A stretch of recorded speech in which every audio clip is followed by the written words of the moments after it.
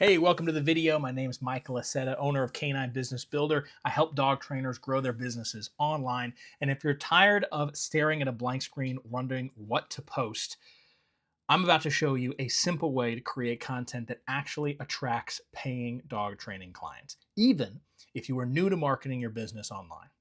If you're a dog trainer that's actually trying to get more clients online, struggling with what to post or say to attract leads, you're overwhelmed by content marketing and want it simplified, or you're a beginner in marketing but serious about growing, and you stay awake at night thinking to yourself, I don't know what to post. Like, how am I going to get new clients? When do I post? Everything feels random and it's not bringing in any leads.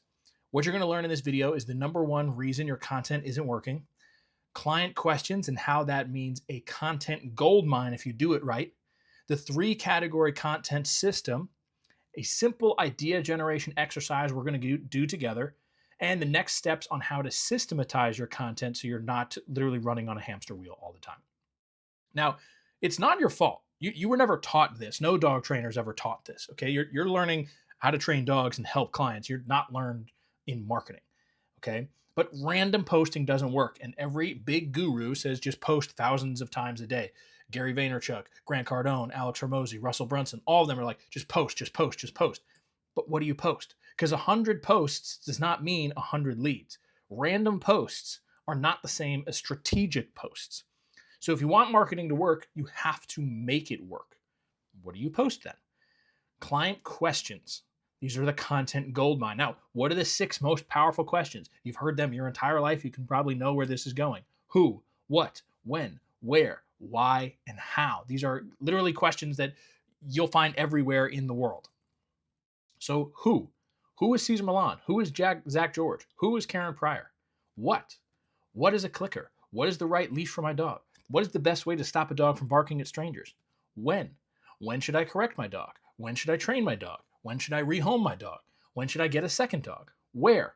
Where should I train my dog? Where should the harness fit on my dog? Where should my dog walk, in front or behind me? Why? Why does my dog do that? Why doesn't my dog listen to me? Why does my dog steal food from the counter when my husband isn't around? All of those will set you apart instead of how questions. Everybody does how questions. Literally, everybody answers the how questions. How to walk a dog without pulling, how to stop your dog from barking, how to teach your dog to sit, how to greet a dog calmly, how to. It literally goes on for every video online is how to do something. If you can answer those other 5 questions, you will set yourself apart from the how to people. Okay. So here's the 3 category content system: educate, inspire, then you're going to offer help. Educate, how to's. Those are the how to's. Tutorials, right? When should this happen? Where should this happen? And lectures. You're explaining something. A lot of times, if you're doing a lecture in front of people, just record that content and then post it. That's awesome. You're educating. Okay. Then we have inspiring, success stories, adventures, challenges. These are the fun things. These are the stuff that people will just tune in because they want to be entertained. And this is where people like Cesar Millan and Zach George usually do really well. Their information and content and education, as you know, as a professional dog trainer, isn't great, but their entertainment factor is great. They know how to hold an audience, which is why they have millions and millions of followers. Then you're going to offer help. So these are deep dives, master classes, webinars. You're going like really deep in on stuff. And these might be 2-hour long videos. That's going to help boost your engagement, especially if you're using YouTube, which we're going to talk about in a second. And people are going to be more enthralled and have better rapport with you because they've hung out with you for a longer amount of time. So here's a simple idea generation exercise. I'm literally going to make this so simple for you. If you want to do it along with me, great.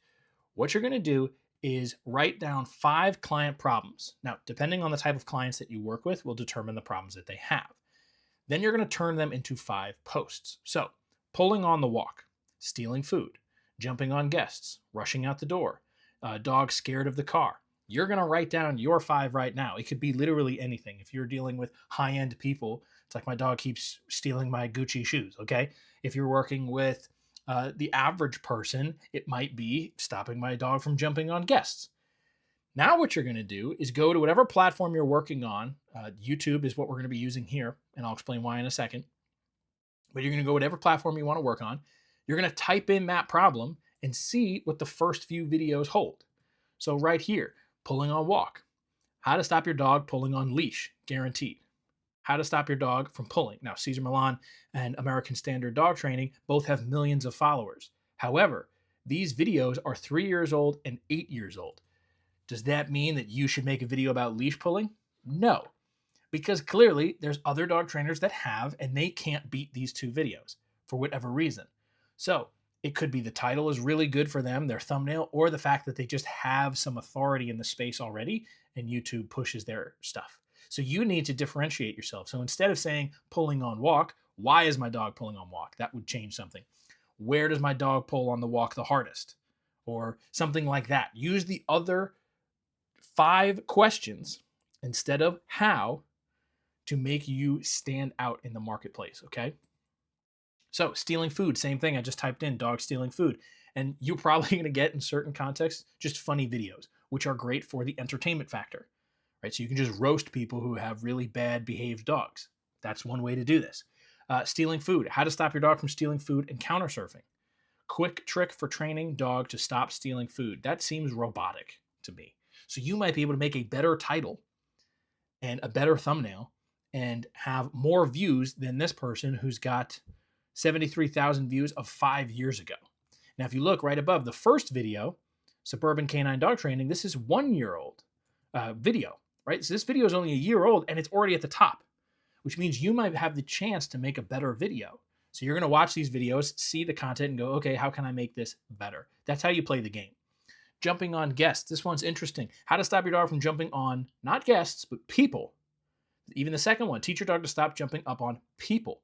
So if you're thinking that your client says, oh, every time my dog jumps on guests, and that's what you make a video about, you'd be wrong. Because the video people are looking up are how to stop dogs from jumping on people. That's what's showing up. Okay? That's just a little bonus tip for you. Rushing out the door. Easily and quickly teach your dog boundaries, the invisible barrier. That doesn't even say rushing out the door. How to stop your dog from running out the front door. There you go. So now you know, well, the phrase that you used isn't the top one. That's important. That's important. This is little research. This is you have content ideas. Let me see if they're I can validate them, and then you start making the content. You don't make the content and make all this stuff without validating it first. Otherwise, you're wasting your time. It's not worth it for you. Dog scared of the car. How to alleviate dog anxiety in the car. So that's different. Dog scared of the car, dog anxiety. Which should I make a video about? Okay. So YouTube is the only compounding social media out there. I said I was going to talk about YouTube. This is why it's so critical. If you're going to make content, don't waste your time on a platform that has you on a hamster wheel, which is what most dog trainers do. TikTok, Instagram, Facebook, Pinterest, Etsy, I guess. Whatever you're doing. Reddit, maybe. Reddit might be also a compounding, but it's not the same as YouTube. YouTube literally explodes. The more you put into it, the more you get out of it.